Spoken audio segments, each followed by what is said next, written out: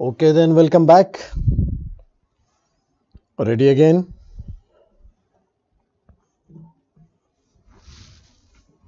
So, Rajendra Chola. And the Chola administration, we are talking about the founding father of the local self government.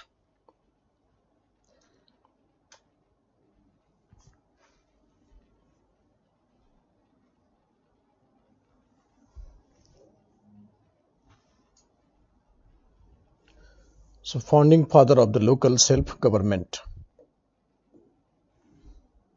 Cholas.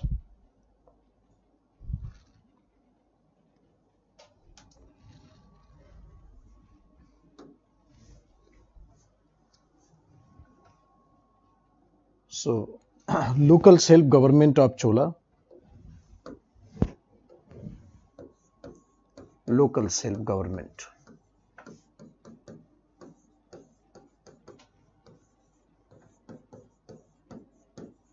Chola.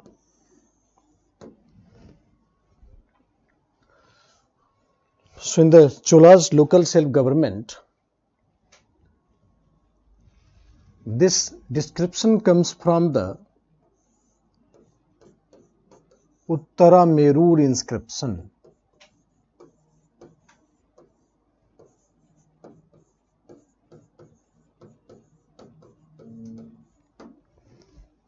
Uttara Merur inscription of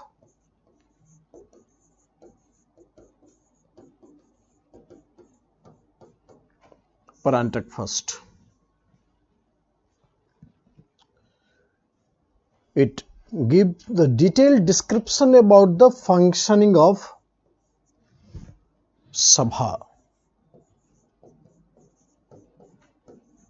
It gives detailed description about the functioning of Sabha.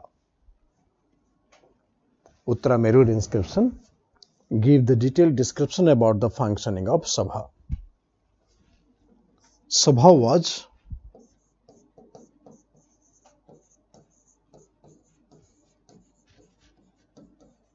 village of Brahmins and involved in local self-government, local village administration.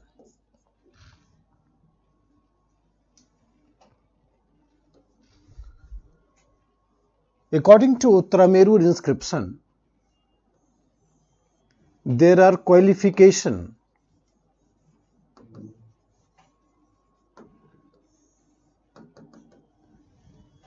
to become the member of Sabha.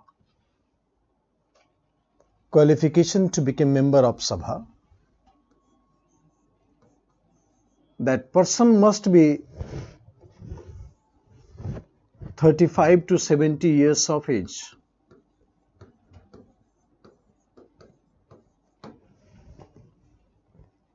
(35 to 70 years of age). Second,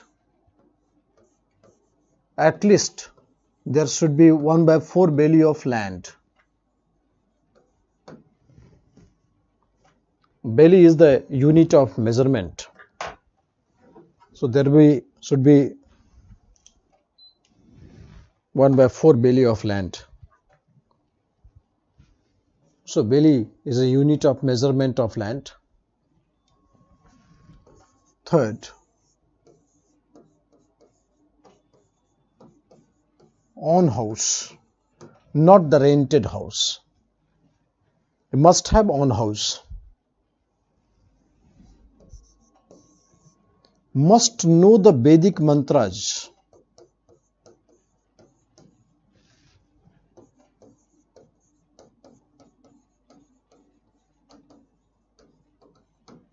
Vedic mantras. Must know the Vedic mantras.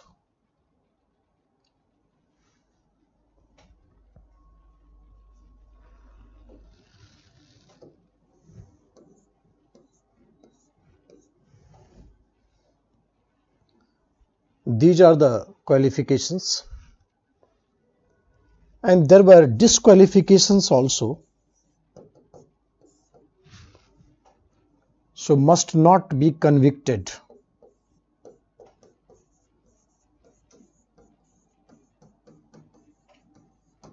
in any offense and must not be defaulters.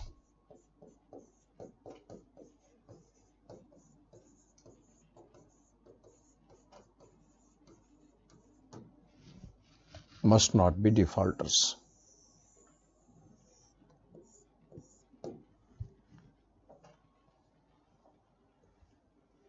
So these are the disqualifications made in the Chola state. So not be convicted, must not be defaulters.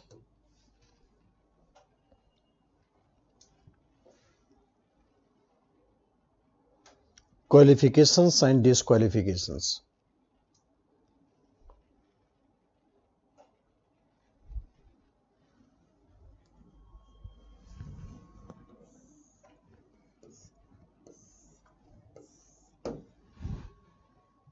Must not be defaulters. So they can become the member of the Sabha. So there was lottery system to elect the members. There was lottery system to elect the members.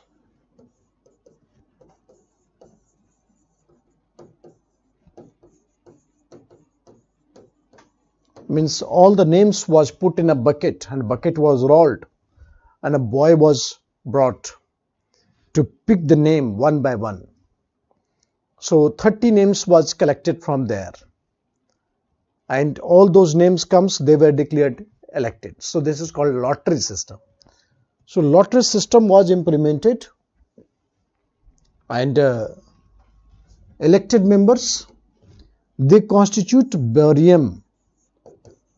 All the elected members, they constitute Barium means committee. Different committee. Like Totta Barium. So Totta Barium, this word was used for garden committee. So there are 5-6 members in the garden committee called Totta Barium. Eri Barium,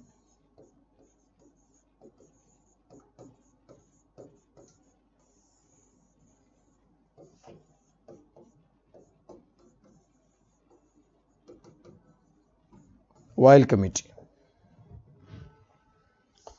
Wild committee. So Totta Barium, Eri Barium, these are the things that was usually made.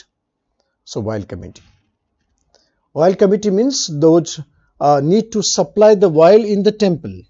Oil was supplied in the temple for that functions and other evening artis. So Eri Barium, Totta Barium, this kind of the committee was made from the elected members.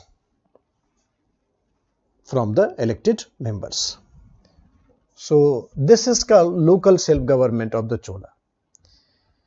So entire process, the formation of committee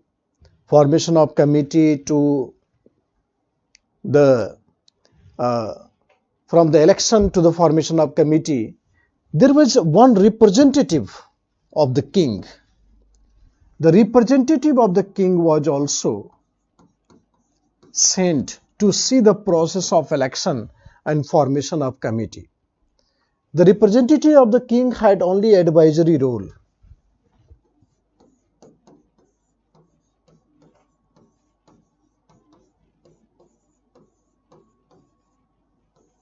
Advisory role.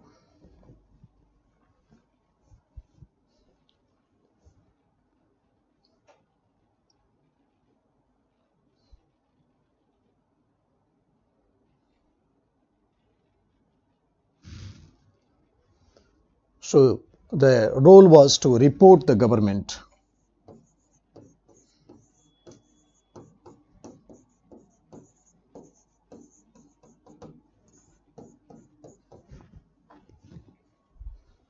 Report the government.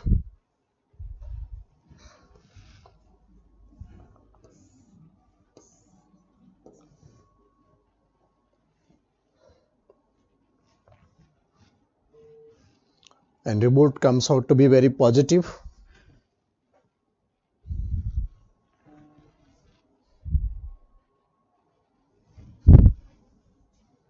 So report the government.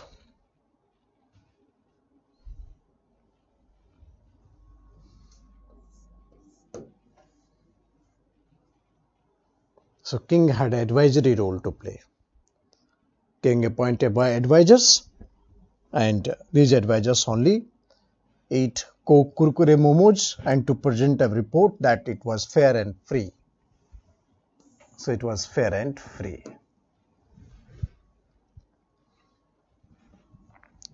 So some important factual thing for the Chola.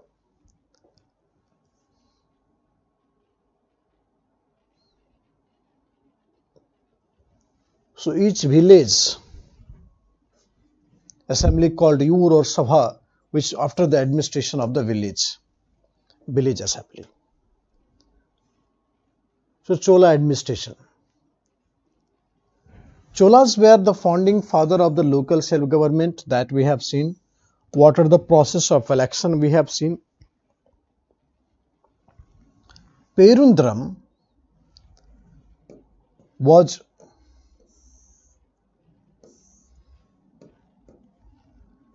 the secretariat under the Cholas, headed by Olai Naikam, Chief Secretary. Olai Naikam, Chief Secretary.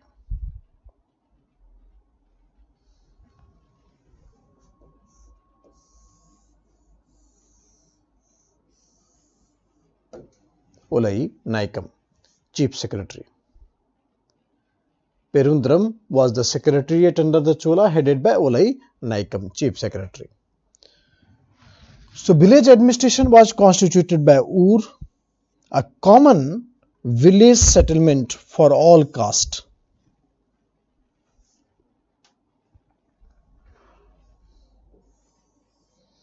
Agrahara, village settlement of Brahmins.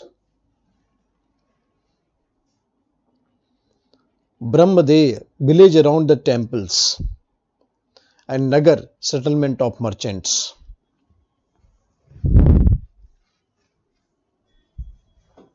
Settlement of merchants.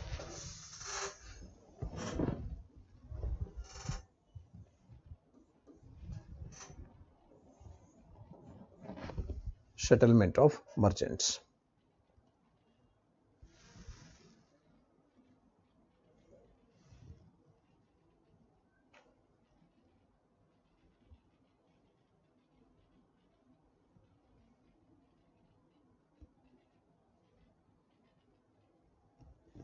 So Nagaram is settlement of merchants. So these are the village administration at very primary level of the Chola state. Fact and files.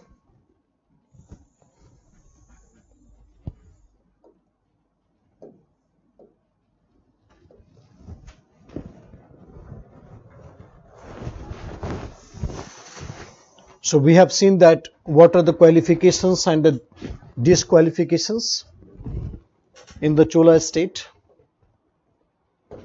Now come to the Chola society. The process of Sanskritization, which was beautifully explained by M.N. Srinivas, all of you must be knowing that the lower caste imitate the values of the upper caste and thereby learning the manners, language, custom, tradition to enhance their social status. It was called Sanskritization. So there were many castes in the Chola got Sanskritized. The Sanskritization process began with the Cholas. Attempts were made by the lower caste to imitate upper caste customs, language and the traditions to enhance their social status, thus leading to upward mobility. So the renowned sociologist M.N. Srinivas had put this theory in India, the social change in modern India. This text was written by M.N. Srinivas. But the process of Sanskritization had started during the time of Chola. So lower caste imitate the traditions, the language, customs, leading to the upward mobility. This theory was first put forth by M.N. Srinivas, the renowned sociologist, in his text, Social Change in Modern India. Devdasi system, that is a temple dancing girls, that also started during this period. Devdasi system, the temple dancing girls, also started during this period.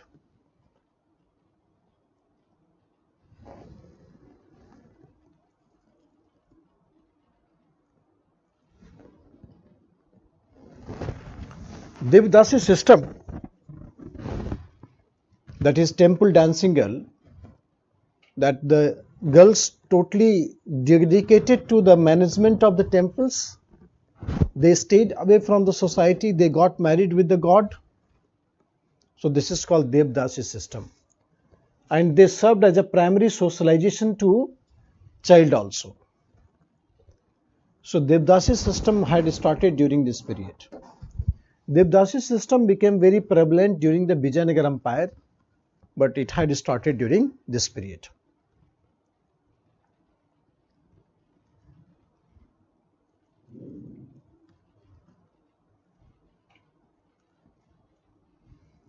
If any soldiers died in protection of king, so at the place of the martyr, a huge stone was placed as a mark of memoriam, and that is how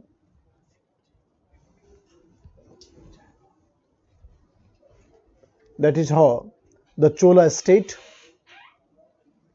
was maintaining the respect for the martyrs.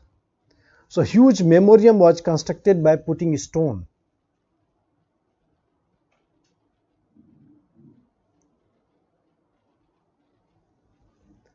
Report to the king. King means the Chola head of the state, government. So government means king. So custom of Birargal continued, which referred to the class of warriors. So that stone is called Birargal or Nandukal. So Birargal is a memoriam of a stone that was placed at the place of martyrs. So the custom of Birargal.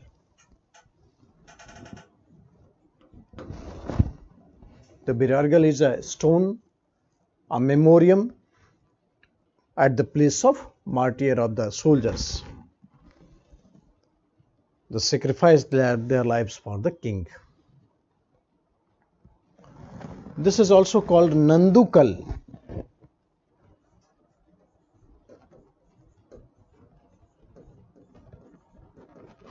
Or Birargal. So Nandukal or Birargal. This is a stone placed at the place of martyrs.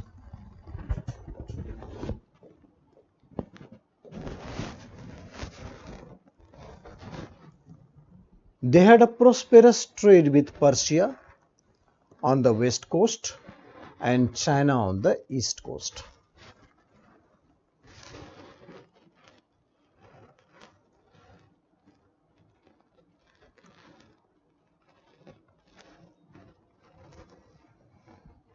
So they had a trading relation with both Persia and the China. Guilds was very much prominent during the time of Chola. Guild was organization of craftsmen or organization of traders. Guilds were organization of craftsmen or organization of traders. There were different type of guilds. First is called Manigram. Manigram guild was mainly for the weavers guild, and it was a very popular guild because demand of the cloth was very high from India. So Manigram was the guild of the weavers. Nandesi, the mobile merchants,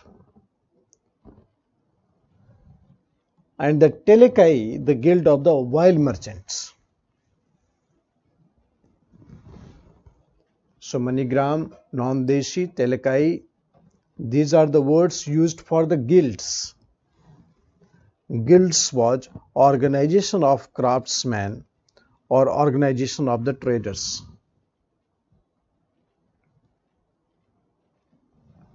Bidhi was the settlement of weavers.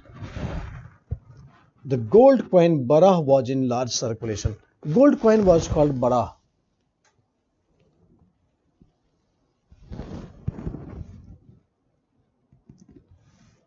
There was another name for the gold coin was Kashu.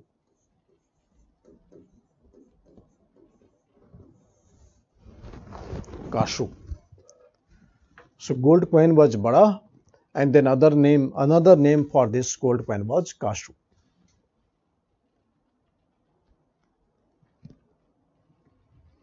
It was in large scale circulation. This is the coins of the Chola Empire. So three important guilds. The guild of the cloth was very important, called MoneyGram, Nandesi and Telekai.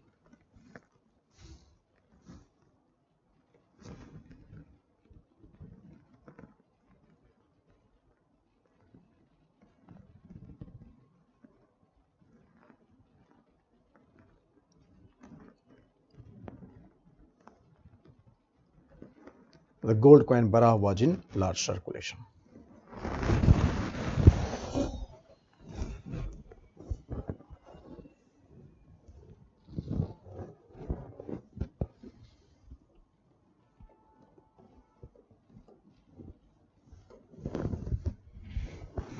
Chola culture. The Dravidian style of temple architecture reached its perfection under the Chola.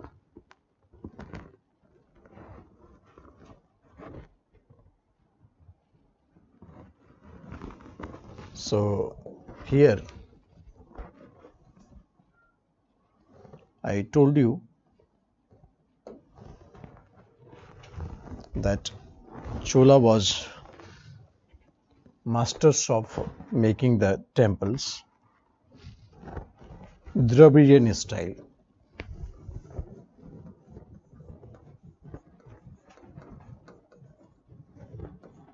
Dravidian style of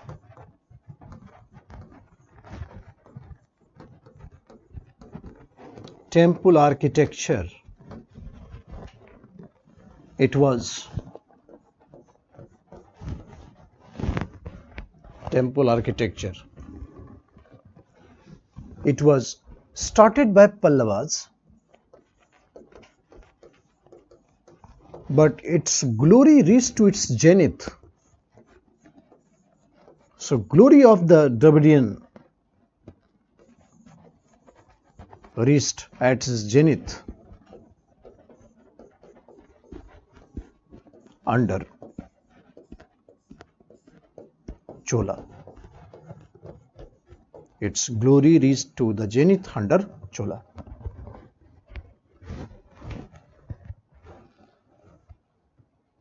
Its glory reached to its zenith under Chola.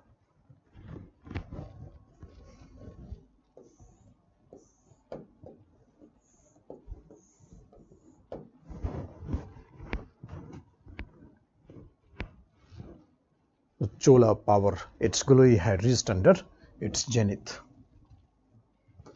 So what are the features of Dravid style that Chola had made?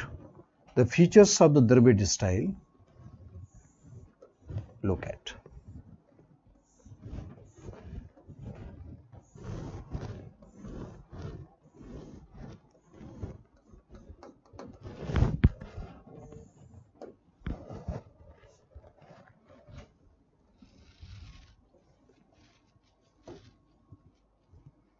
There is a sibling, that is the main deity complex.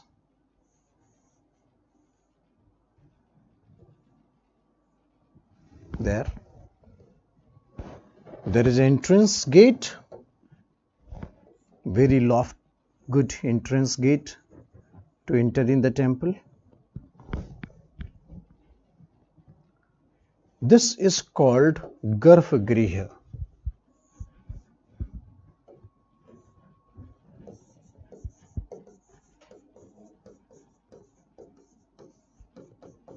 Garbhagriha. This lofty tower is called Vimana.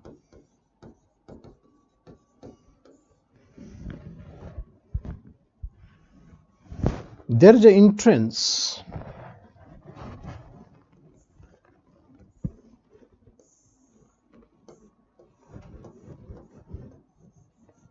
standing on two pillars. Entrance standing on two pillars.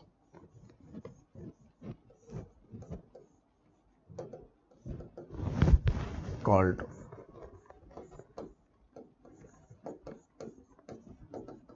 Kalyan Mandapam. Kalyan Mandapam.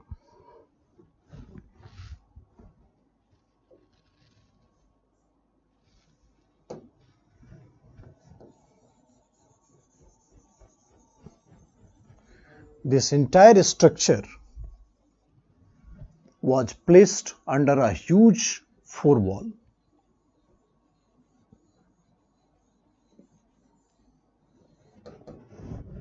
called Gopuram.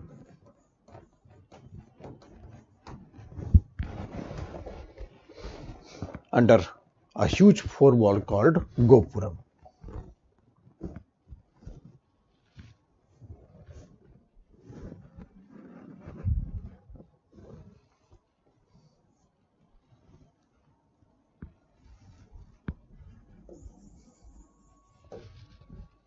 So these are the four important parts of the Dravid School of Architecture.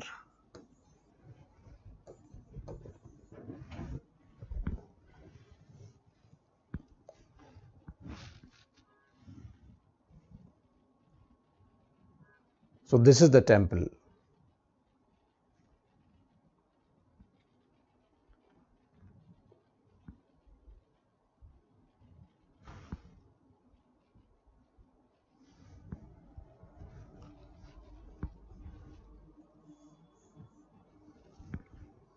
Gopuram.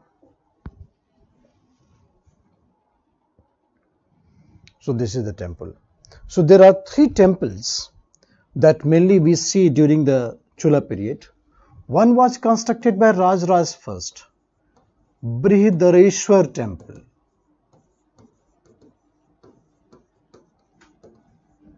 Brihadareshwar temple or Rajarajeshwar temple. Second is Gangai Konda Cholapuram temple.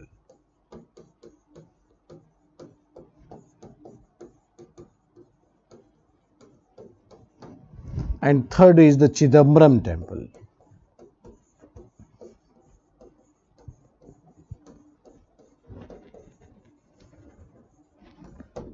Chidambaram temple. So Chidambaram temple, there is a famous sculpture, a statue of Nataraj. So statue of Nataraj is cultural epitome of the Chola period. A statue of Nataraj is cultural epitome of the Chola period. So that was kept at Chidambaram temple. So this is a pure example of the structure of Dravid School of Architecture, basis of the Dravid School of Architecture. The temple is surrounded by a lofty wall, and then there is entrance called Gopuram. There is entrance called Gopuram.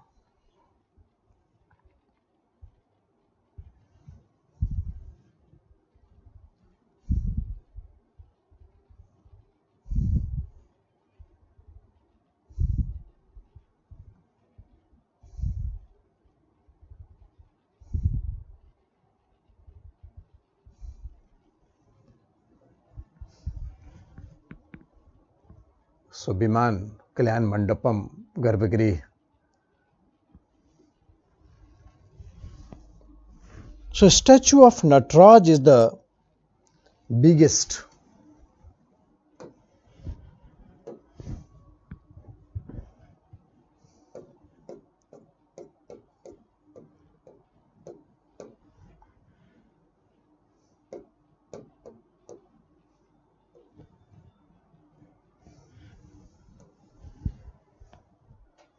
This is a cultural epitome of the Chola.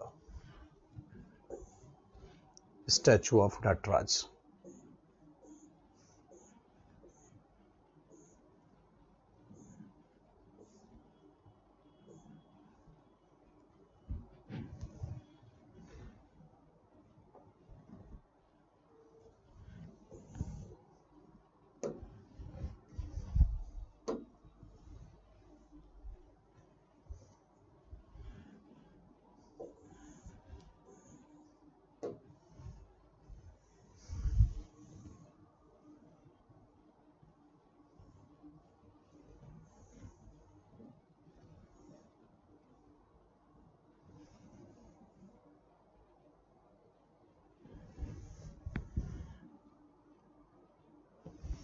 If you look at this statue of Nataraj, this is the biggest philosophy that you can come across with. So one hand of the Lord Shiva is drum. Drum is a sound of creation. Drum is a sound of creation. And on the other hand, there is a fire, which is object of destruction. So drum is a sound of creation and fire is object of destruction. So nothing is permanent. Those who had born are bound to destroy. So nothing is permanent. Those who had born are bound to destroy. This is the biggest philosophy. This nimbus of light, this is nothing but time. This is a time. Within the time there is a universe. Within the time there is a universe. And within the universe, those who are still born, they are bound to destroy. So nothing is permanent. Then the one hand of the Shiva is like this, which is Abhay Mudra of the ancient India we have studied in Buddha. So this philosophy said that fearlessness, you have nothing to fear. Fearlessness is the message of Lord Shiva. Then one ear have a ring. This is Ardhanarishwar. So Shiva is a combination of this whole universe is existing because of the combination of male and female. So Shiva is representing both the Ardhanarishwar, means nothing is complete without this. So Ardhanarishwar. Then this Shiva is dancing on a very small dwarf called ego, ignorance. So your ignorance should be very small and it put ignorance under the feet. Ignorance.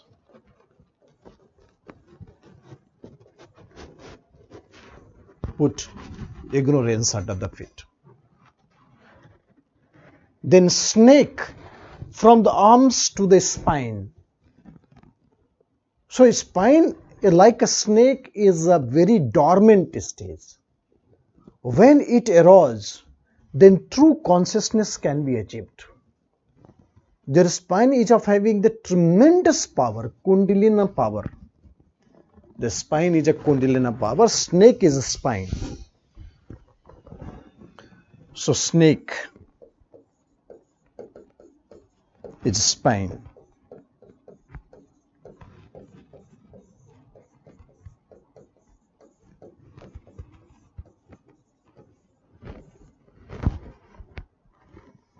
Snake is a spine, and this is entirely of the Kundalini power that form the Lord Shiva as a basis. So it is always in the stage of dormancy, but when it erodes, a true consciousness can be achieved. True consciousness can be achieved. So this is a Tandav dance. There are two types of the Tandav.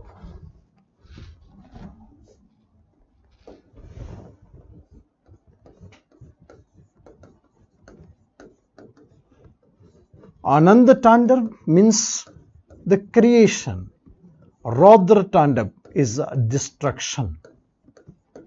So Raudra Tandav and Ananda Tandav. So Tandav is a creation and destruction. Raudra Tandav is destruction.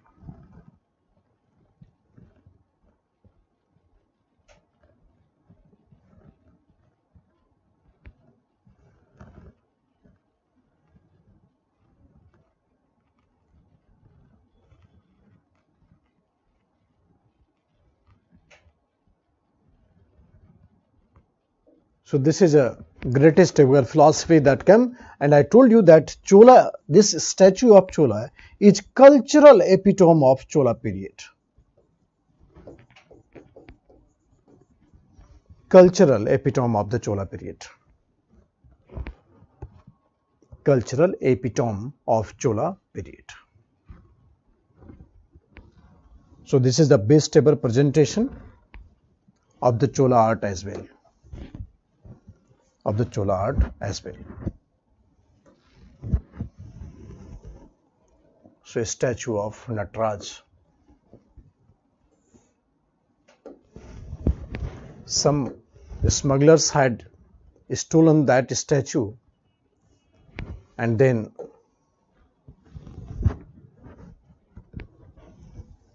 it was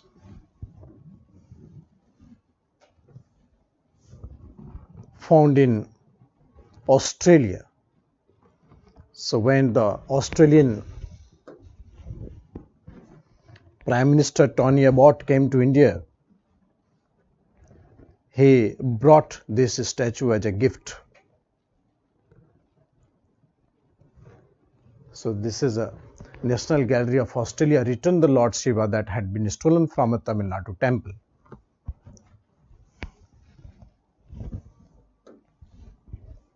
So after passing through in the hands of many smugglers, this this gift was returned back to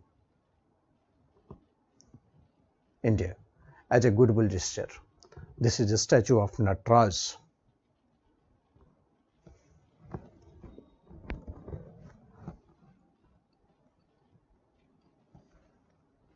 A statue of Nataraj.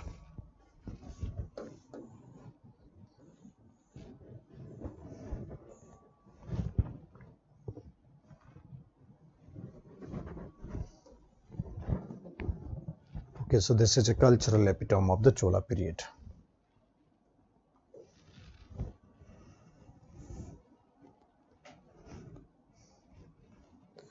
So that's all about the Chola. And then only one regional states left, that is the rise of the Maratha.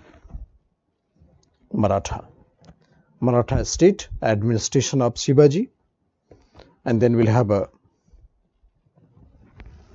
Bhakti and the Sufi.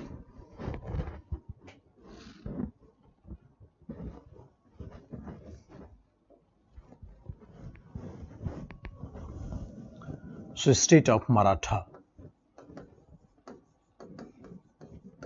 That's all about the syllabus of entire medieval India. So Maratha, and then we'll go for the Bhakti and Sufi movement. That's it. Enough. This is enough information at all level. No power on earth can be more than that in the examination point of view. So Maratha, state of Maratha. 1627, the state of Maratha, you can see Shivaji born.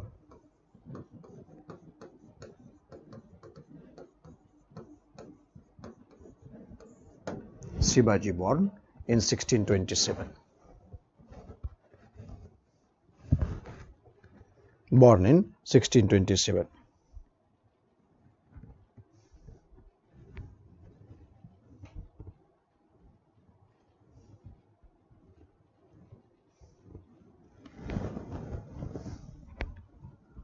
He born at a place known as Sibner.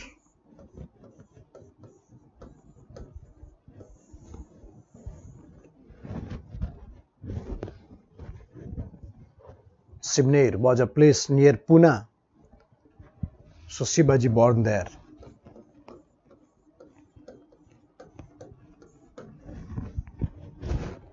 His father was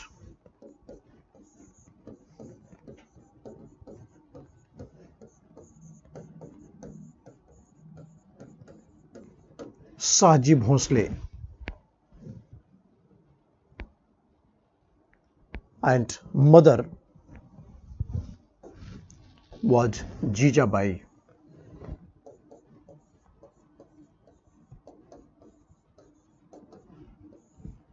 Jijabai. Shahji Bhonsle and mother was Jijabai.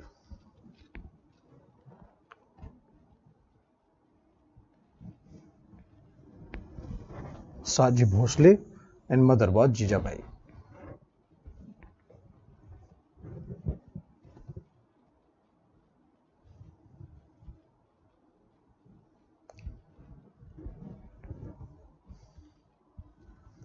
Shahji Bhonsle was Jagirdar of Pune.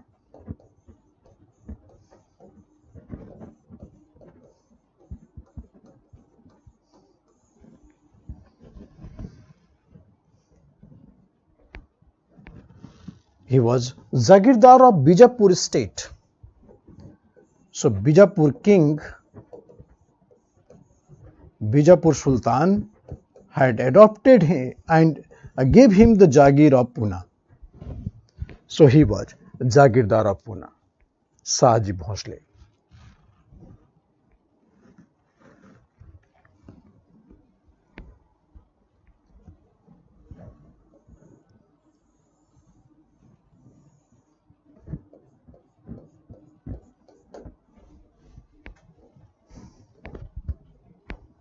Sibner. Shahji Bhonsle, he was Jagirdar of Pune. He was from the Bijapur state, Bijapur Sultan.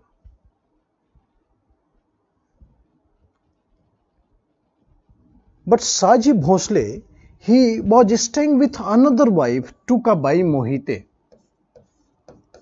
So Tukabai Mohite was another wife of Shahji Bhonsle, and Shivaji was staying with his mother. So both mother and son staying alone. So maximum influence on the life of Shivaji came from his mother Jijabai. Maximum influence of Shivaji on the life of Shivaji came from his mother Jijabai. She was a very self-made lady. So Shivaji. Dadaji Kondadev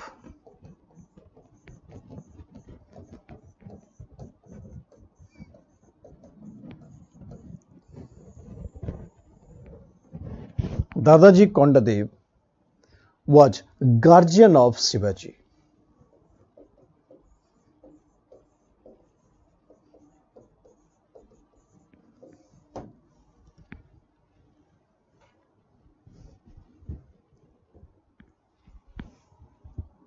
So Dadaji Kondadev was guardian of Shivaji.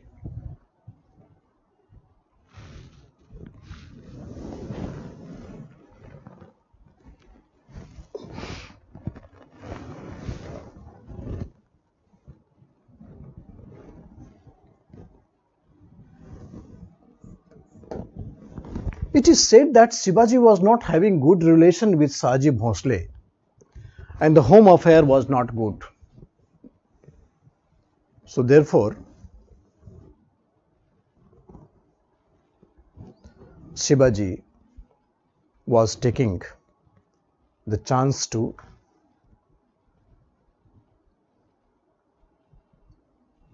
Dadaji Kondadev.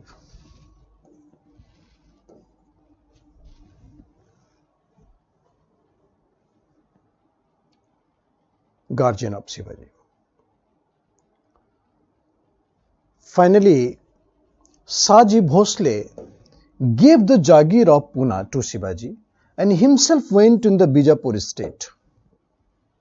So now Shivaji became the Jagirdar of Pune and he went to the Bijapur state. So Maratha.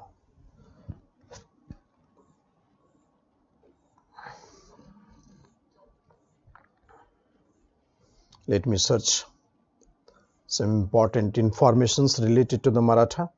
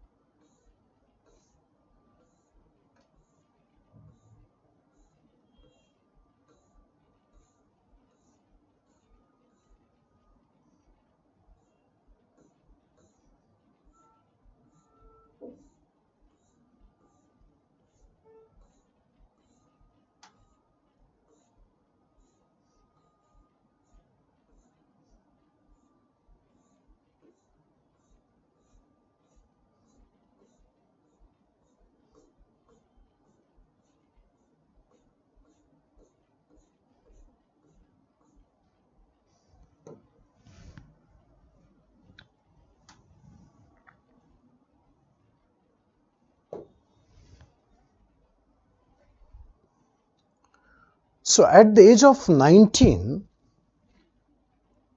Shivaji became Jagirdar of Pune. At the age of 19.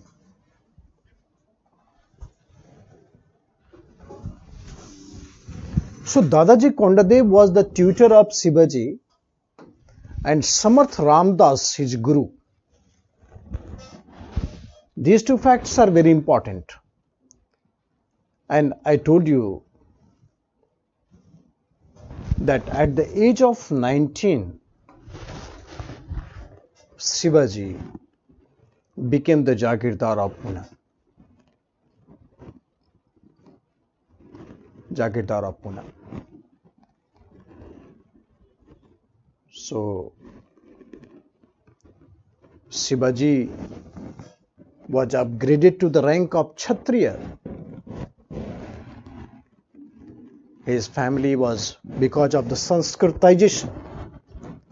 So they were the rulers, they adopted the Rajput system. But they were not for Agnikund Rajput. They became Rajput after Sanskritization. Kshatriya. So at the age of 19, Shivaji became the Jagirdar of Pune. So Shivaji, as a Jagirdar of Pune, revolt against the Pune and captured the forts of Bijapur like Toran, Kondena, Maholi, Mahud.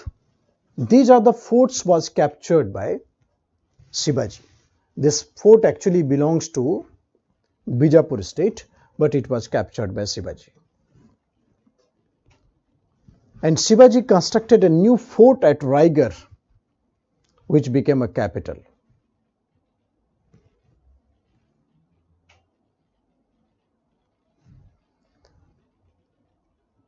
Right, so Kondana, Mahuli, Mahud, these are the ports was captured from the Bijapur state. And Raigarh was the new fort constructed by him, which became the capital of the Maratha. Chandarao More or Chandrakant More, the head of the Mobali tribes, was his close friend called Mobali or the Mobali close friend, the Sultan Bijapur. sent Afzal Khan against Shivaji. So these facts are very important. Raigarh was the new capital of the Shivaji that built the Shivaji. Chandrakant More, the head of the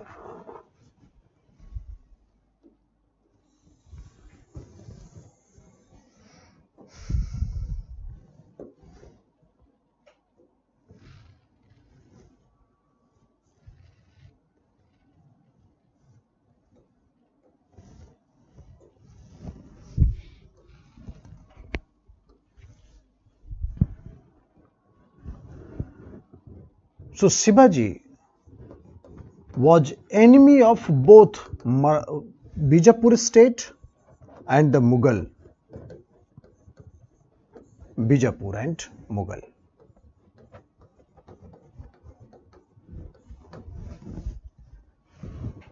Bijapur state sent Afzal Khan, a commander of Bijapur state, against Shivaji.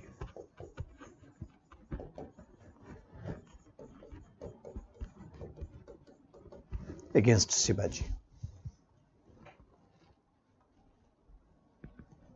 Shivaji killed Afzal Khan.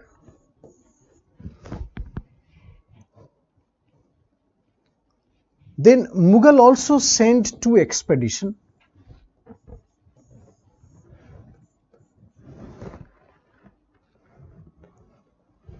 One was led by Shaista Khan.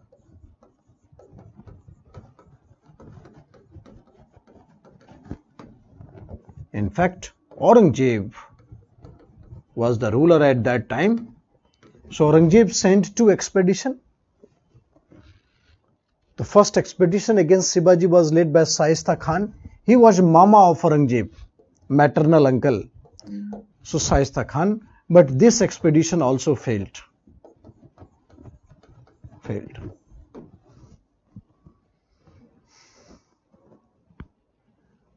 This expedition also failed. Second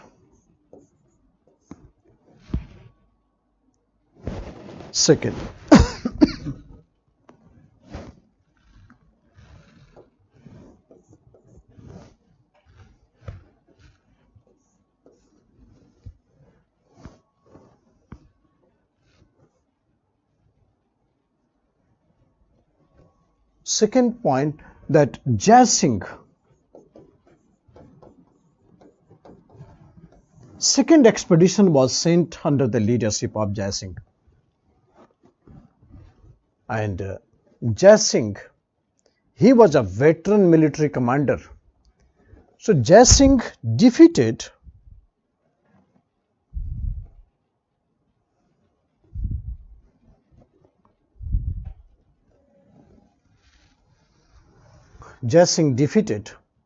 Shivaji, surrounded Shivaji from all directions, and Jai Singh forced Shivaji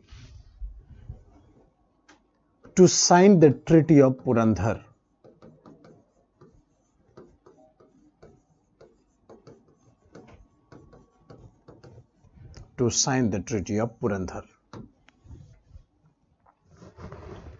Forced Shivaji to sign the Treaty of Purandhar.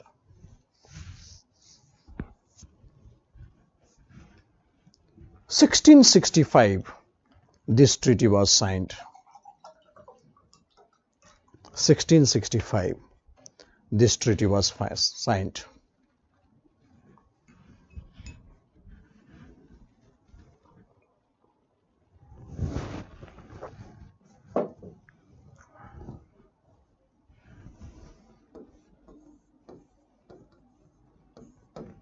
This treaty was signed.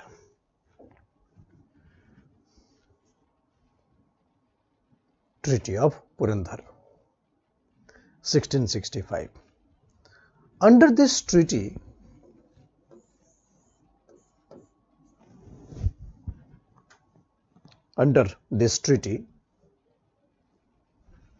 all the forts of Shivaji had to surrender to the Mughals. So all the forts of Shivaji had to surrender to the Mughal.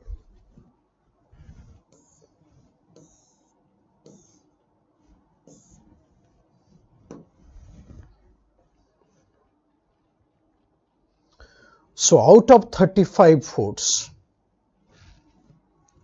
22 forts had to surrender to the Mughals.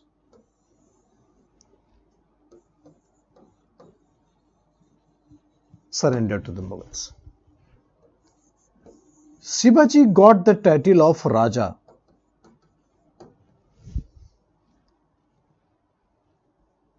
And his son Sambhaji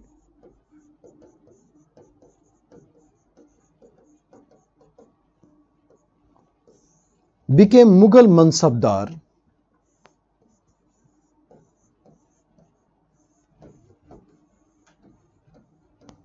of 5,000 rank.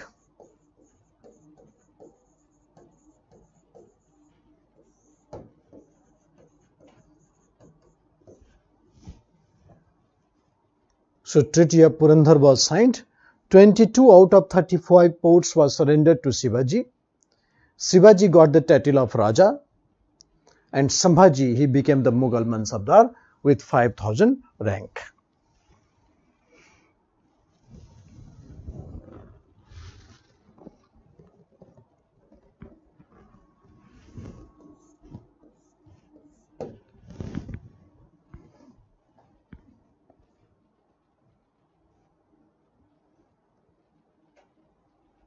So this is Treaty of Purandhar. But next year, 1666, next year, Aurangzeb invited Shivaji in Agra fort. And there Shivaji did not get the proper attention. He abused Aurangzeb, and therefore Aurangzeb arrested Shivaji, put in the prison. 1666,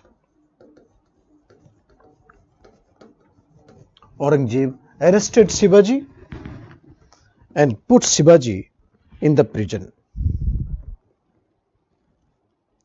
Aurangzeb arrested Shivaji and put Shivaji under prison.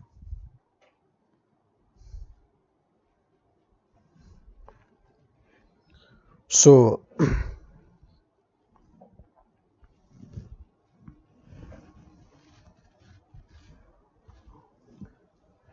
Shivaji escaped from the Agra fort.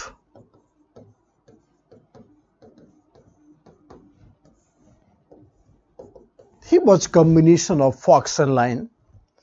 So Aurangzeb arrested Shivaji and put him in the Agra fort. So he was combination of fox and lion. Combination of fox and lion. So he escaped from Agra fort and plundered Surat twice.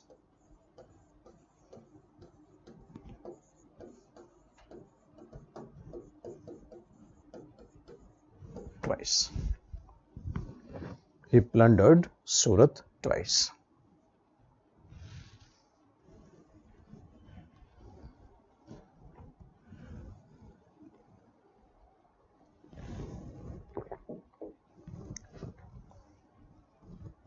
So plundered Surat twice.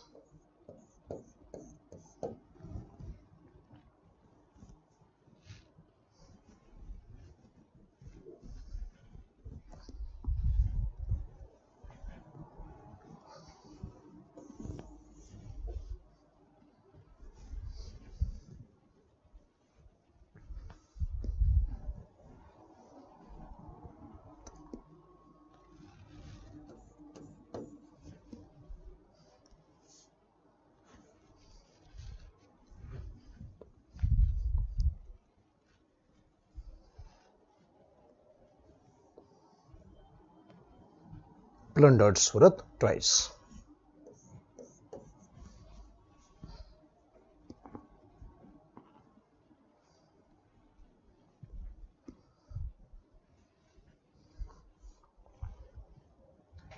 Surat was the main commercial base, and this is the reason why from Surat the traders shifted to Bombay. So Surat declined because of the continuous raid made by Shivaji, and the Bombay started developing instead of Surat. Earlier, all the Englishmen and others, the European companies were in the Surat, but instead of Surat, now the Bombay became the main attention. So Bombay developed and Surat declined. So Shivaji keep on raiding Surat many times.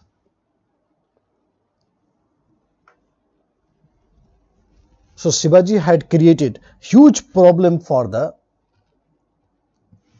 Mughal.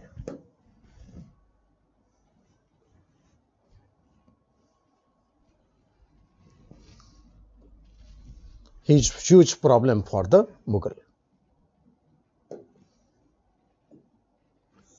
So now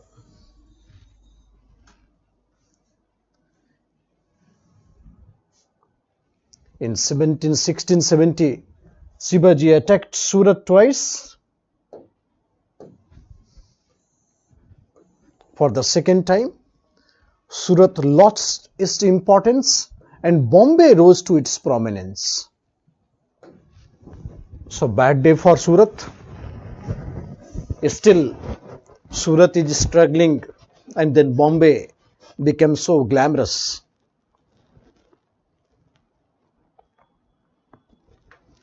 In 1674, this is a big day.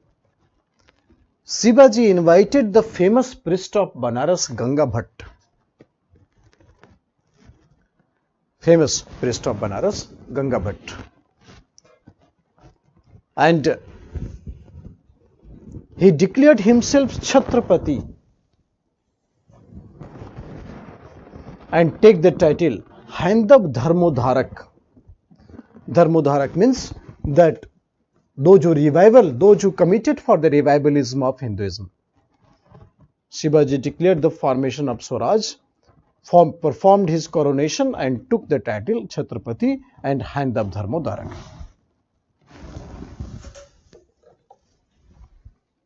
Haindav Dharmodharak.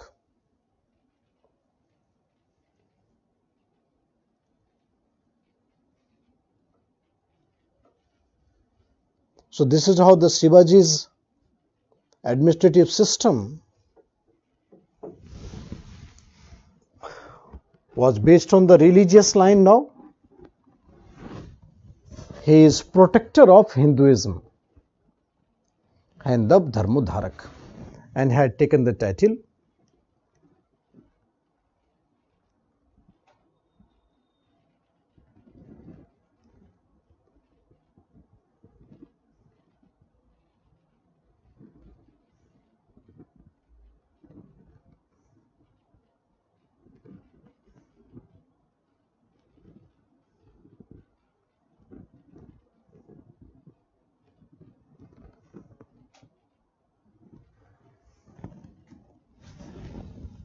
so Haindav Dharmodharak.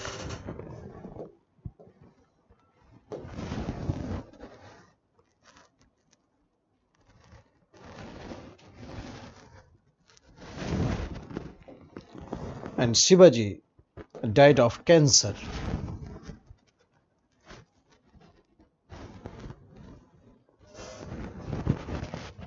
in 1680.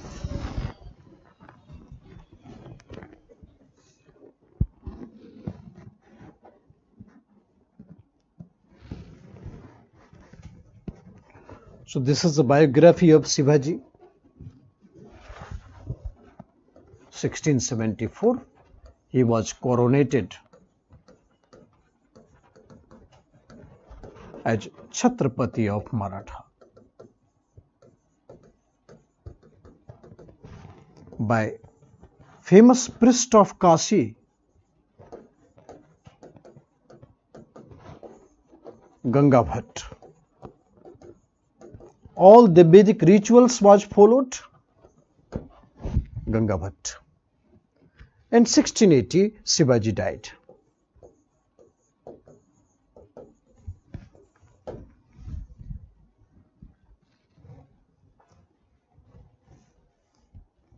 So Shivaji had a very rich legacy.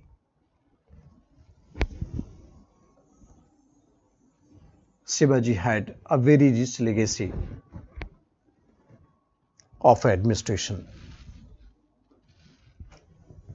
Administration of Shivaji.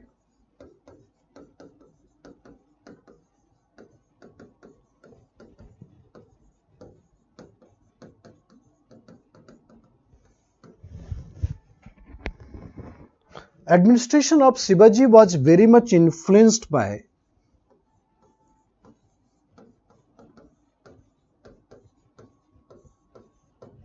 reforms of Malik Ambar.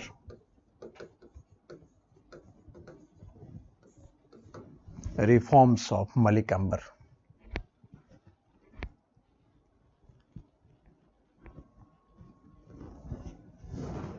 Reforms of Malik Ambar.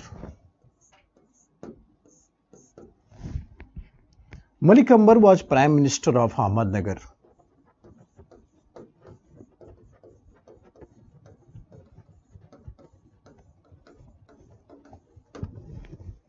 Prime Minister of Ahmednagar. Diwan of Ahmednagar. There were 27 departments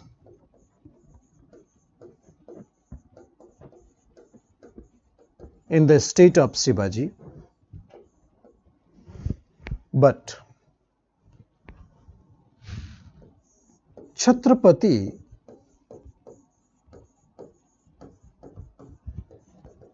was assisted by Ashtapradhan. Chhatrapati was assisted by Ashtapradhan.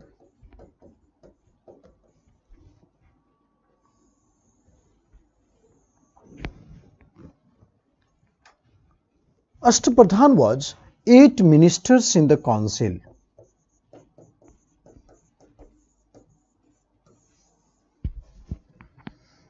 Chhatrapati was assisted by Ashtapradhan.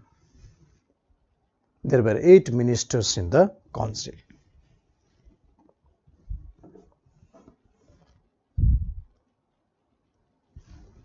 Eight ministers in the council.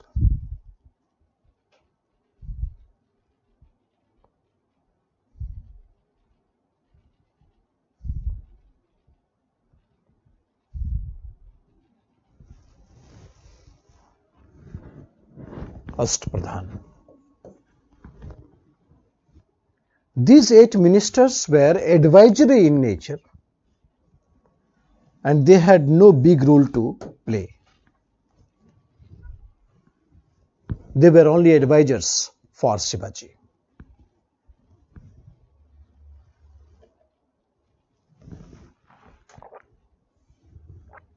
Eight ministers in the council.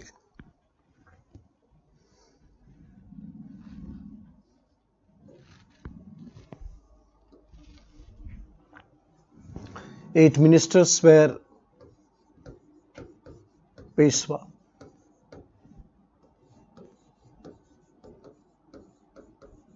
Majumdar,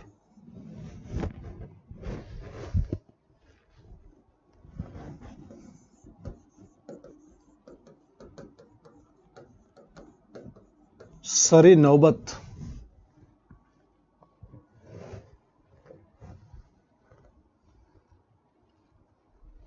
Sare Naubat,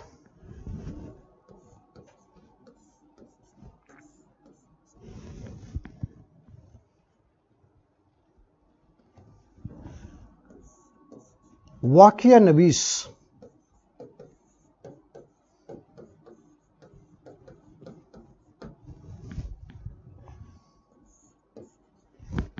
Sur Navis,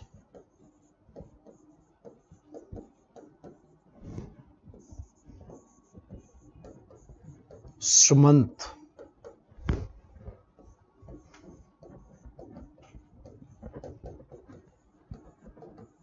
Pandit Rao,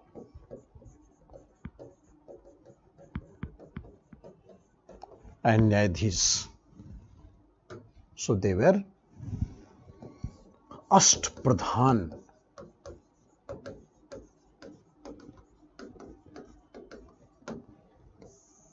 Ashtpradhan.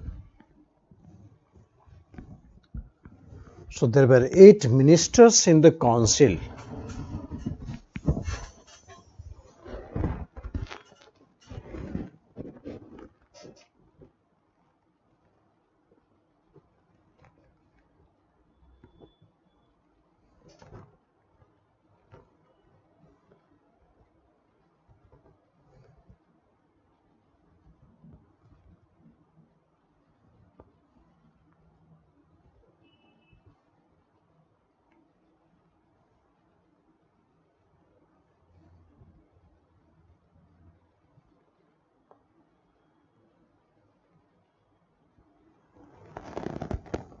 Eight ministers in the council.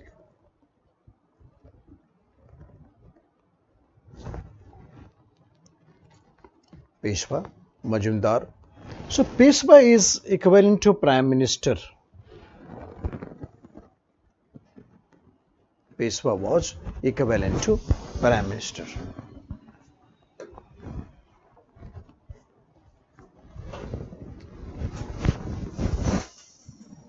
So Peshwa is equivalent to Prime Minister.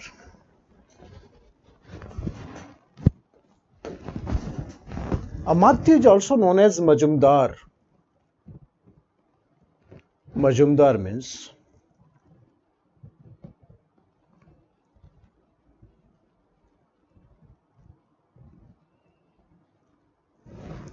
Finance Minister.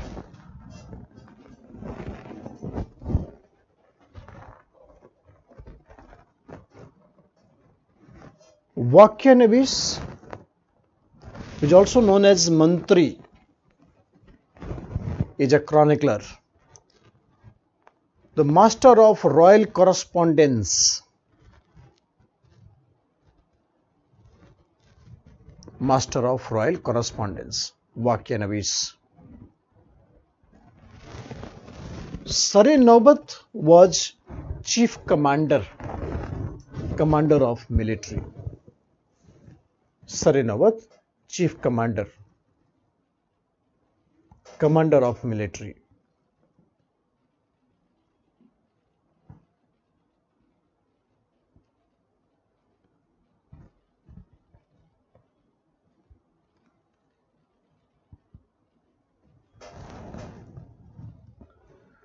Sur-Navis, home minister, internal affairs, intelligence. Sumant, that is royal correspondence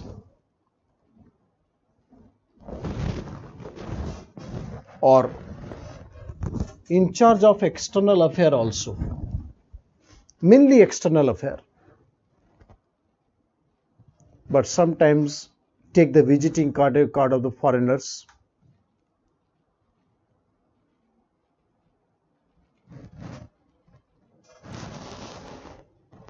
Pandit Rao, the master of royal ceremonies, and Nyadhis was in charge of law.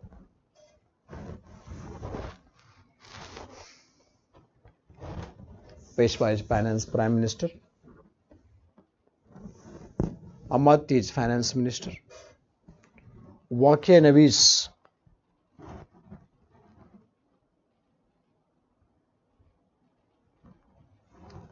so Vakyanevis is chronicler, royal correspondence, information and broadcasting. Senapati is Sar-e-Naubat. Sur-Navis, Sachiv, internal affairs, home minister. Pandit Rao in charge of ceremonies, education, religious affair, and Nyadhis is in charge of law.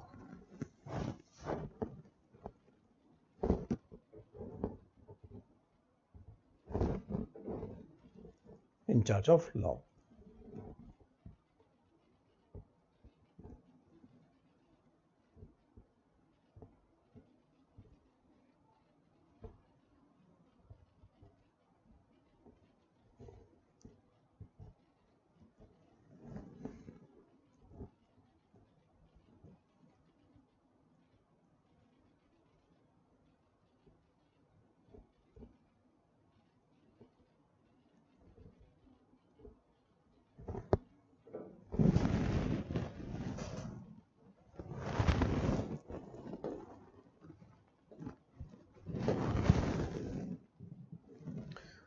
So Pandit Rao and the Nyadhis, they were exempted from participation in the war. Rest other 6 had to compulsorily participate in the war.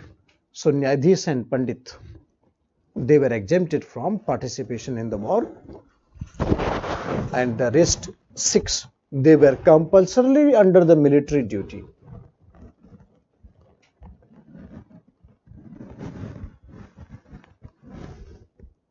Swaraj was divided in Prant, that is province, Taraf, and then Pargana. Taraf was district, Pargana was block, and then Gram, Gams.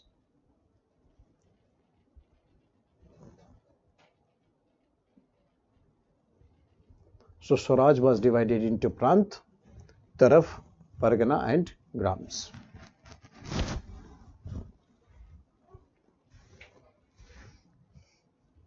So Shivaji's administration.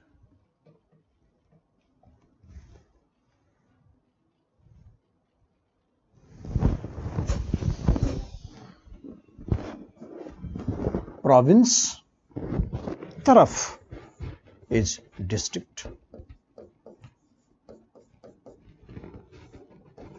block, and this is a village.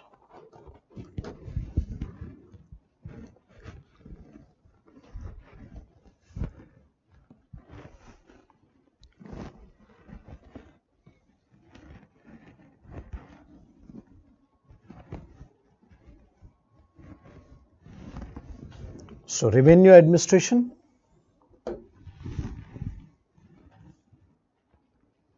the Malik Ambar was the Prime Minister of Ahmednagar, and Malik Ambar very much inspired Shivaji to go for all the administrative system. So revenue administration, Kathi was the yardstick, measurement scale for measuring the land, first introduced by Malik Ambar. Shivaji first introduced the Royatbari system and later replaced it with the Zagirdari system. This line is also very important.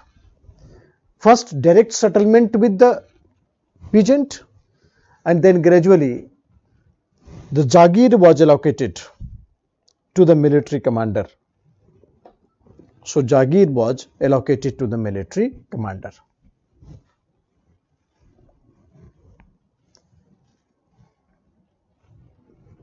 So Royatbari system, and later replaced it with the Jagirdari system.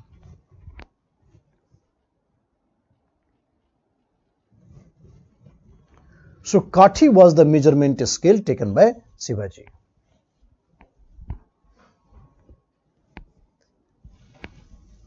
Land tax was initially 30%. Later on it is extended to 40%.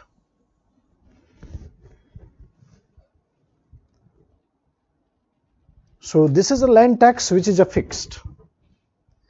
But Shivaji, he collected 2 taxes, Chauth and Sardesh Mukhi.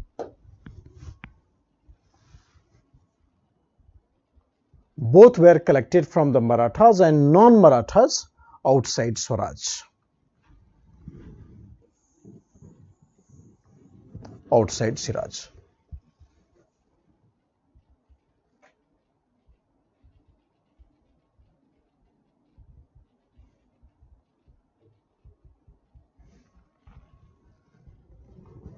So Chauth and Sardesh Mukhi.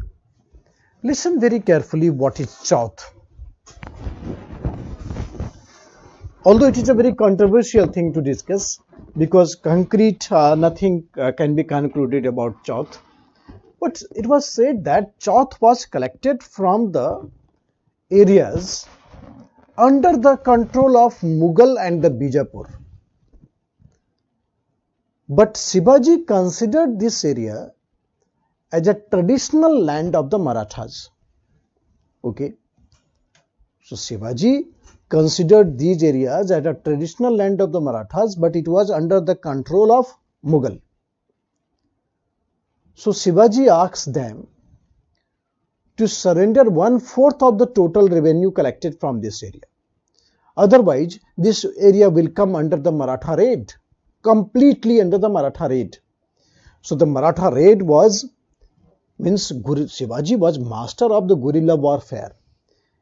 The Mughals in these areas were very much scaring with Shivaji, and you understand the guerrilla warfare. Even the big military of big countries could not survive.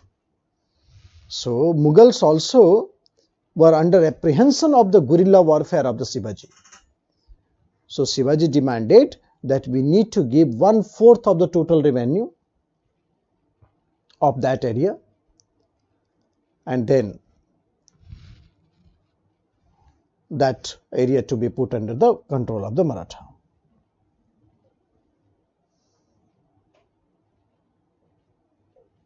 One-fourth of the total revenue of that area. So area was put under the control of Maratha.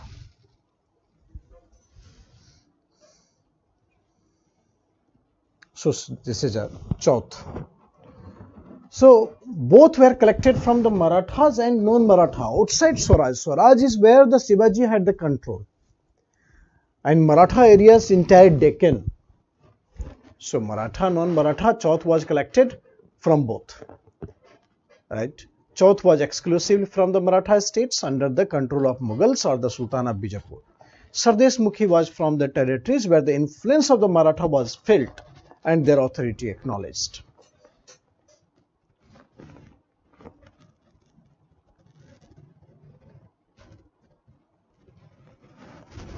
Their authority acknowledged. So Chauth was collected from the areas under Bijapur and Mughal, but it was Maratha area. So Shivaji demanded 1/4 of total revenue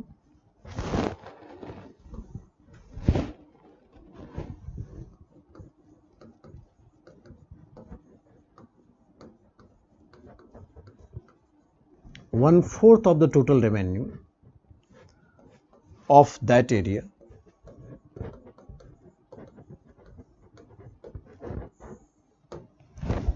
so that it will not come under Maratha raid.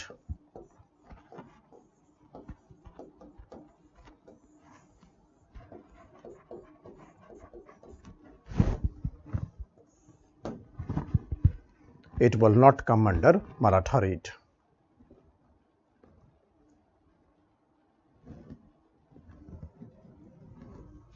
One-fourth of the total revenue of that area so that it will not come under Maratha raid.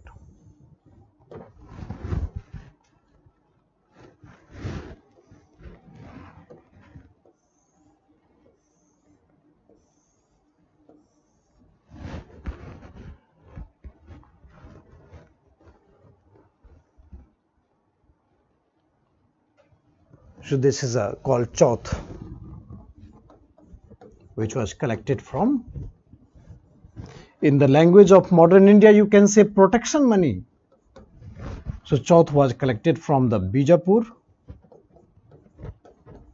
and Mughal. Bijapur and Mughal.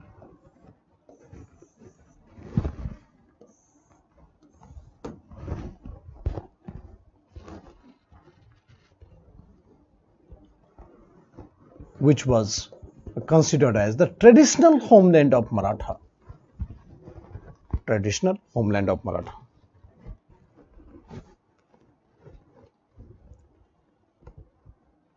Chauth. Second, Sardesh Mukhi.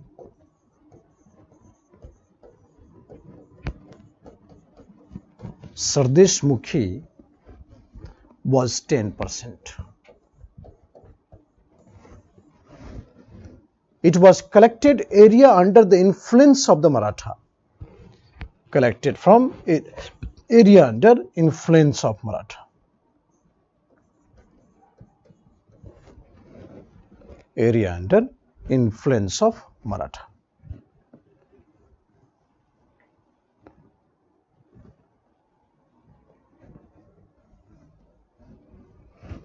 It was collected in the area under influence of Maratha.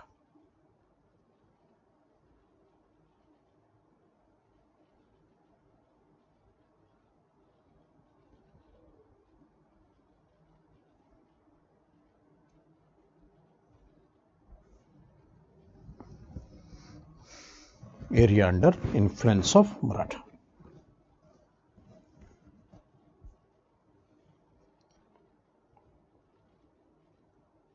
It was 10%.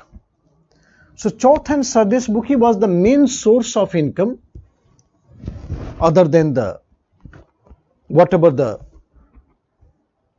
agricultural thing was there in the Swaraj. So this is a Chauth and Sardesh Mukhi.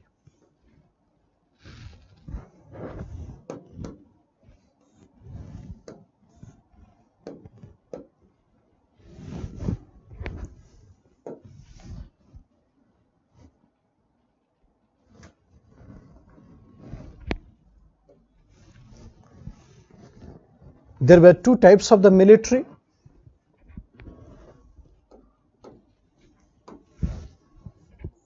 Barghis, standing or the permanent military, and Siladar, mercenaries. There were two types of armies. Barghis, that is standing or permanent army, and Siladar was the mercenaries. So military administration.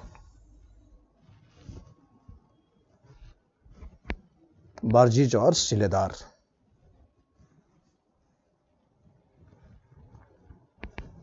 Siladars.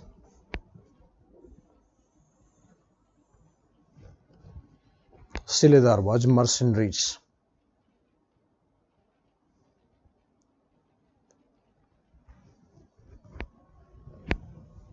Then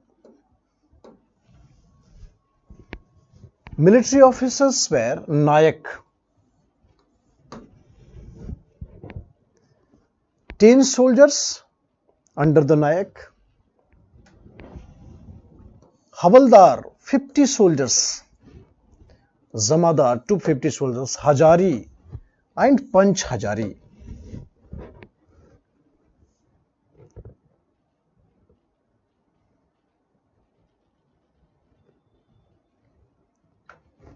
According to Kafi Khan,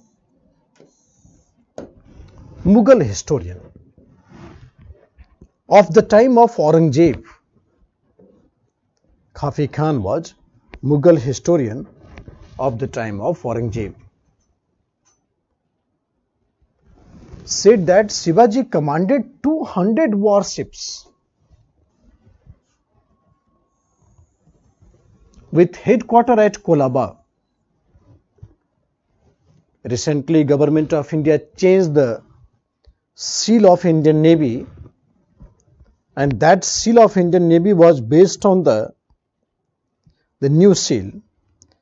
It was said that it was based on the seal of Shivaji at Kolaba.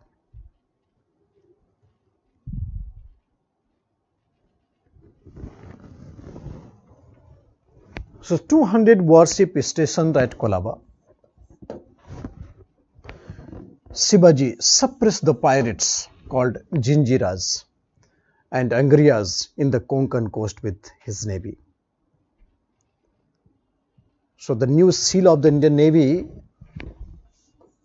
was very much inspired by the seal of Shivaji. Shivaji had the first standing navy, and this navy was very much broadcasted. So all the things related to Shivaji's administration.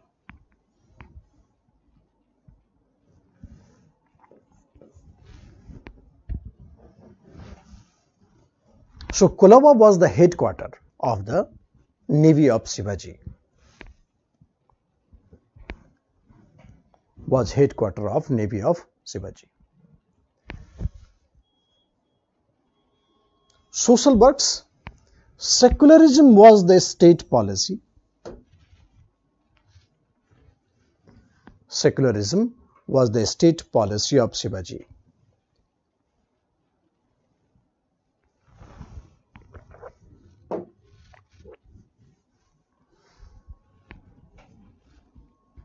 Forced conversion was banned throughout the empire.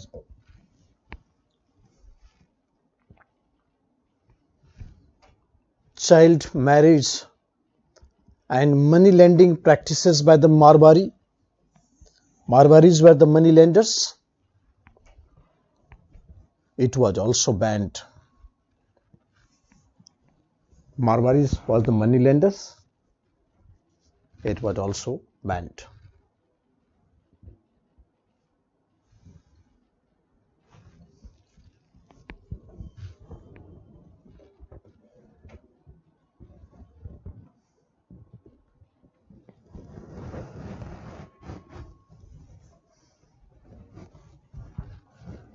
So these are the overall information of the Shivaji.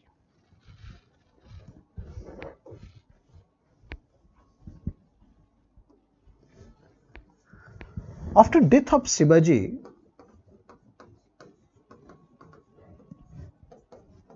his son Sambhaji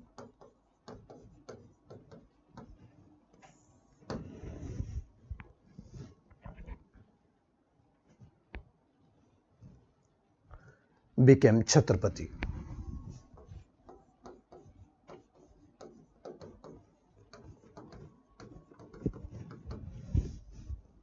Shivaji died in 1680.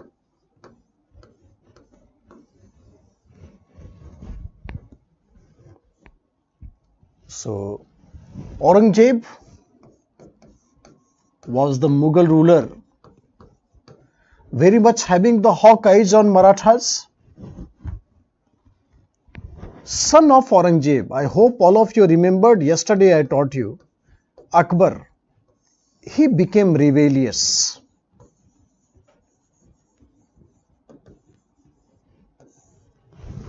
He wanted to become the king, so Akbar went there in the court of Sambhaji.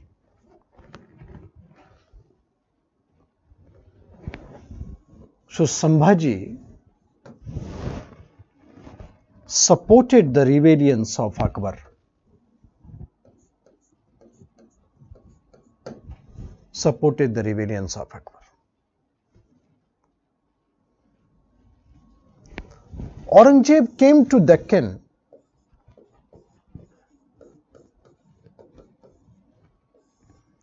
following Akbar.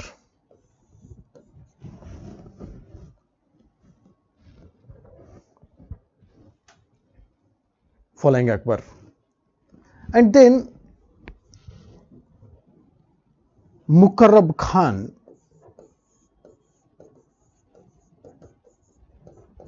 the commander of Aurangzeb caught Shivaji and barbarously killed Shivaji. उसकी खाल में भूसा भर के टांग दिया था. That the skin was peeled off and dust was put into that and hanged there. So Mukarrab Khan barbarously killed Sambhaji.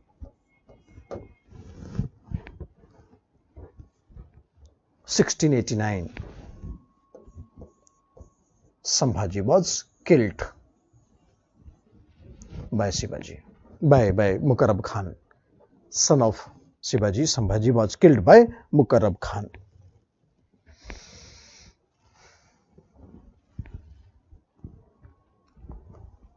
After death of Sambhaji, Shahu and his mother Yeshubai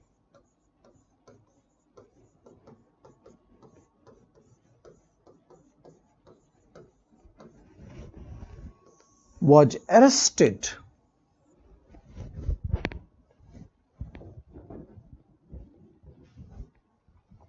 and put in the Agra fort by Aurangzeb.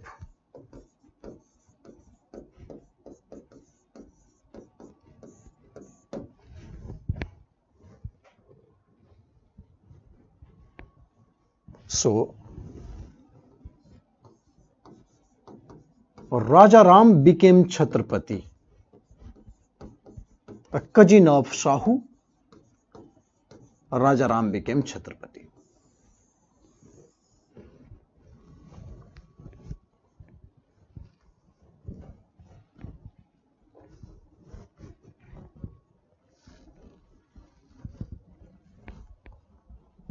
Raja Ram,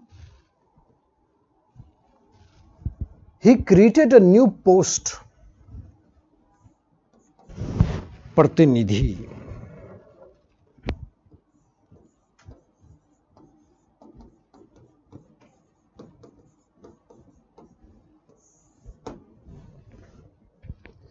So now they came 9 members in the ministries.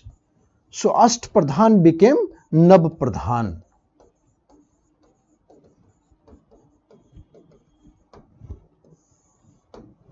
Asht Pradhan became Nab Pradhan.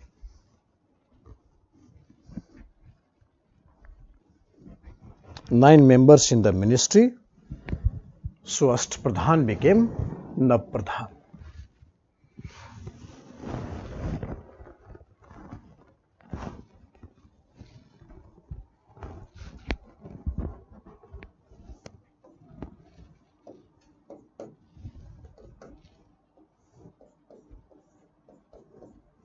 Nine members, Pratinidhi.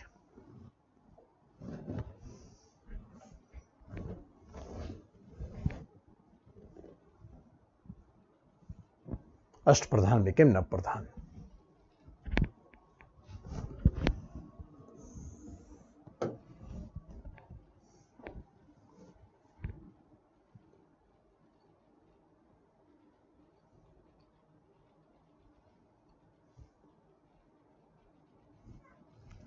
After death of Rajaram, Shivaji II became Shivaji II, his minor son,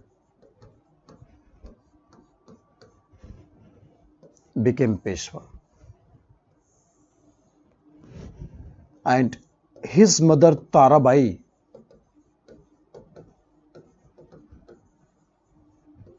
was regent. So Tarabai was ruling the Maratha state.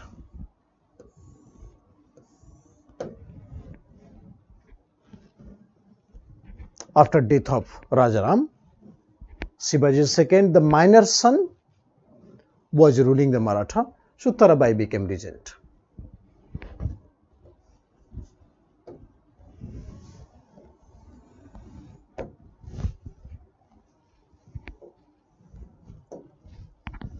After death of Aurangzeb,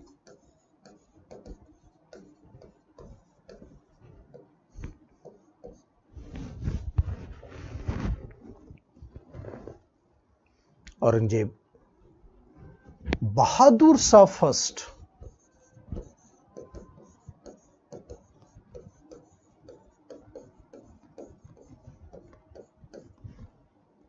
he became the Mughal ruler, and he released Shahu from the jail.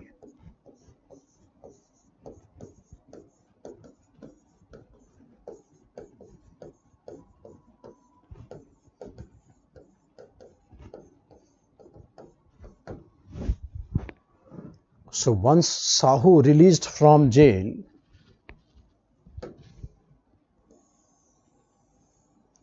Shahu was the real Chhatrapati.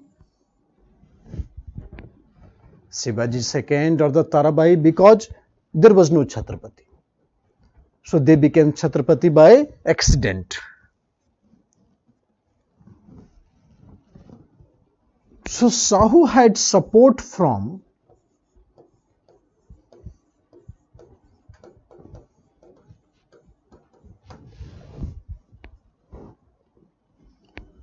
Dhanaji Jadhav.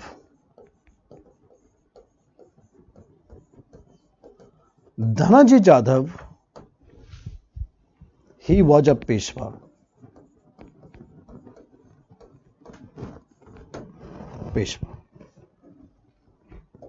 Dhanaji Jadhav was Peshwa.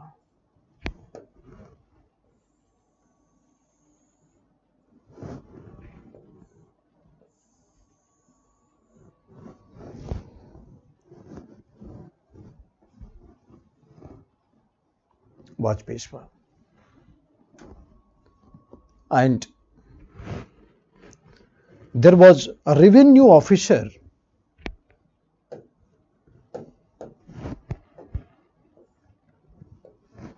Balaji Vishwanath.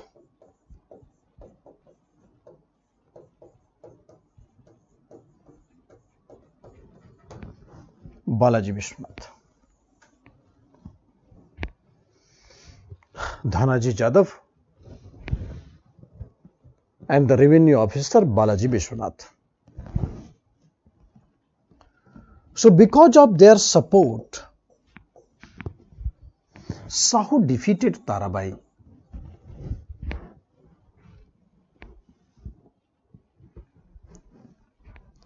So Dhanaji Jadhav, he was a Peshwa.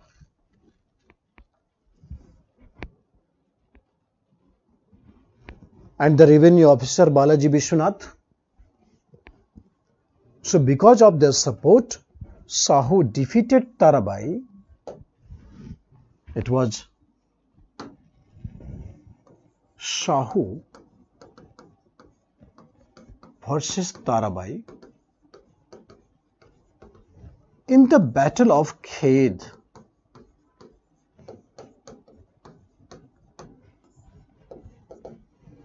Battle of Khed. Khed. Khed. So Sahu defeated Tarabai. With the help of Dhanaji Jadhav, the Peshwa, and then Balaji Vishwanath. Balaji Vishwanath was a great legioner. He was connected to very, very powerful rulers at various, very powerful Maratha Sardars at various levels. And he understood that the Sahu is the real Chhatrapati. So therefore, he wanted to make Sahu, and then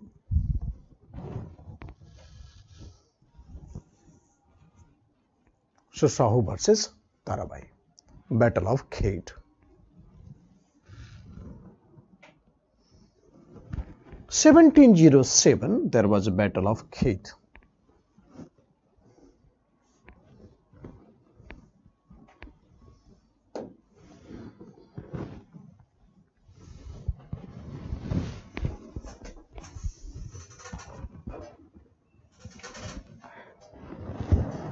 So Sahu was released by Mughal Emperor Bahadur Shah first. Sahu defeated Tarabai in the Battle of Khed with the support of Dhanaji Jadhav and Balaji Vishwanath.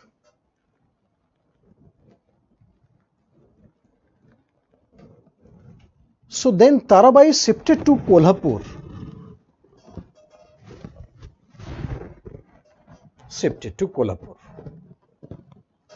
And Sahu had taken the control at Satara, the main Maratha state.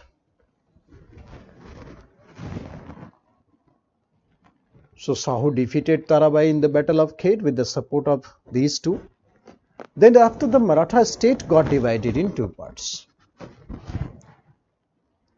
Sahu became Chhatrapati at Satara, and Tarabai remained powerful at Kolhapur.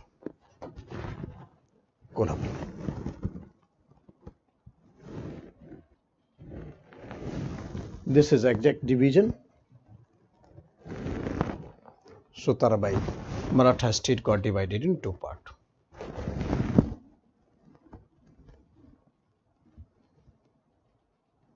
So Sahu was very generous to Balaji Vishwanath.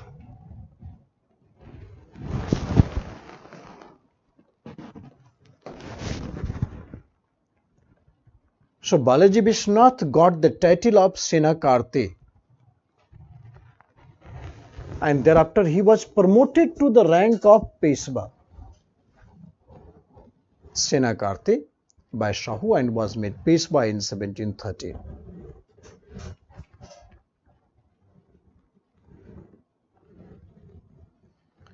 Senakarte means the maker of the army.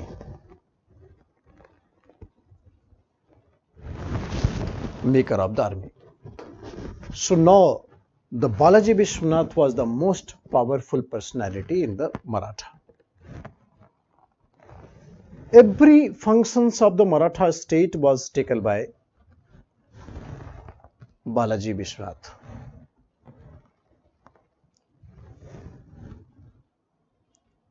So Peshwa became hereditary after Balaji Vishwanath.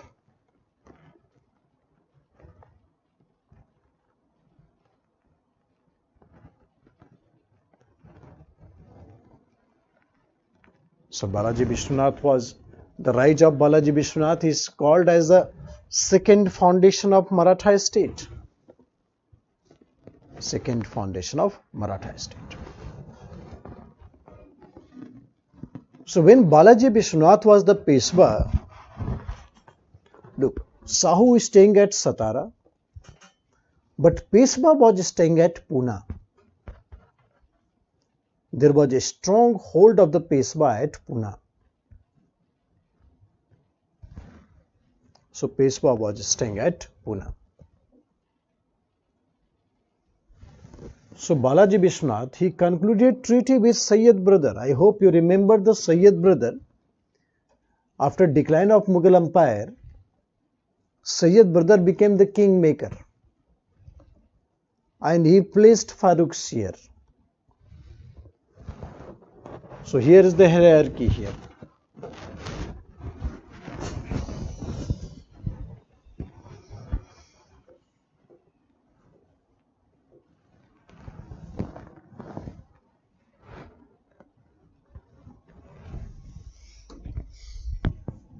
Bahadur Shah first.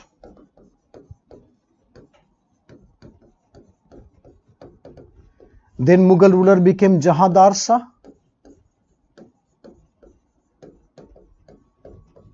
And then became Farrukhsiyar.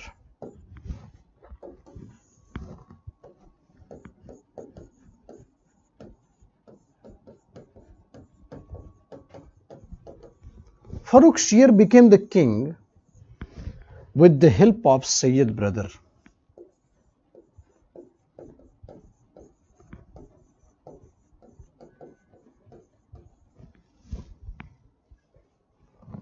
Sayyid brother is known as kingmaker.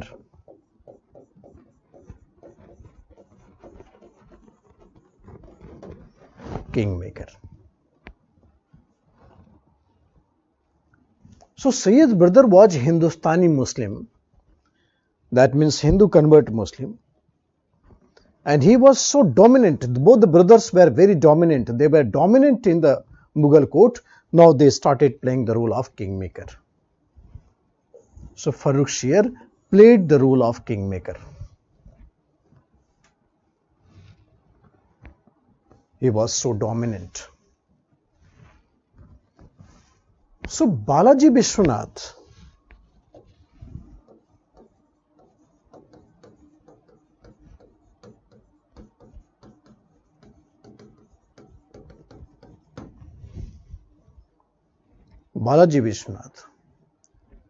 concluded treaty with Sayyid brother. Indirectly you can say Farrukhsiyar. Sayyid brother. So this was Magna Carta of the Mughal Maratha relations. Balaji Vishwanath, his period is 1713 to 1720, he is the Peshwa. So 1719, he concluded treaty.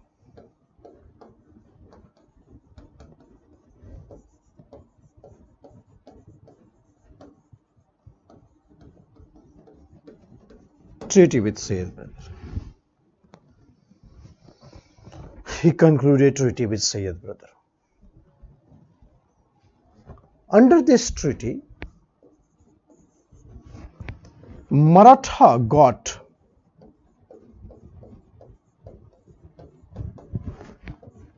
right to collect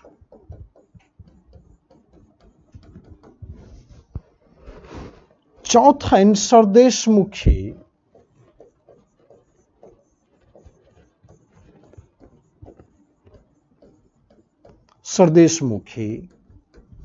from 6 province of Deccan.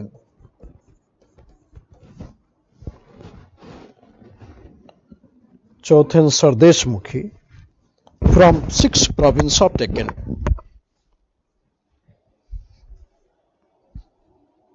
Chauth and Sardeshmukhi from the 6 province of Deccan.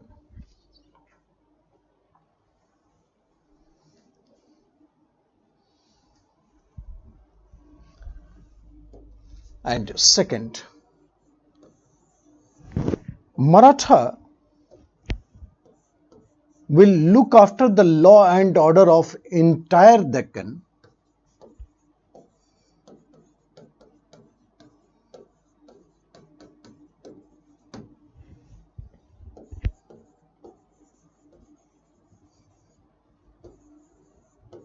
in behalf of Mughal. In behalf of Mughal.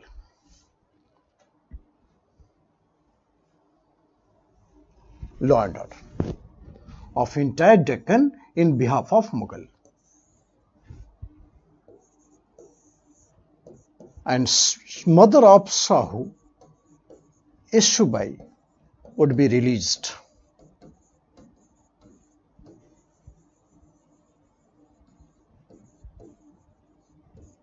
From jail.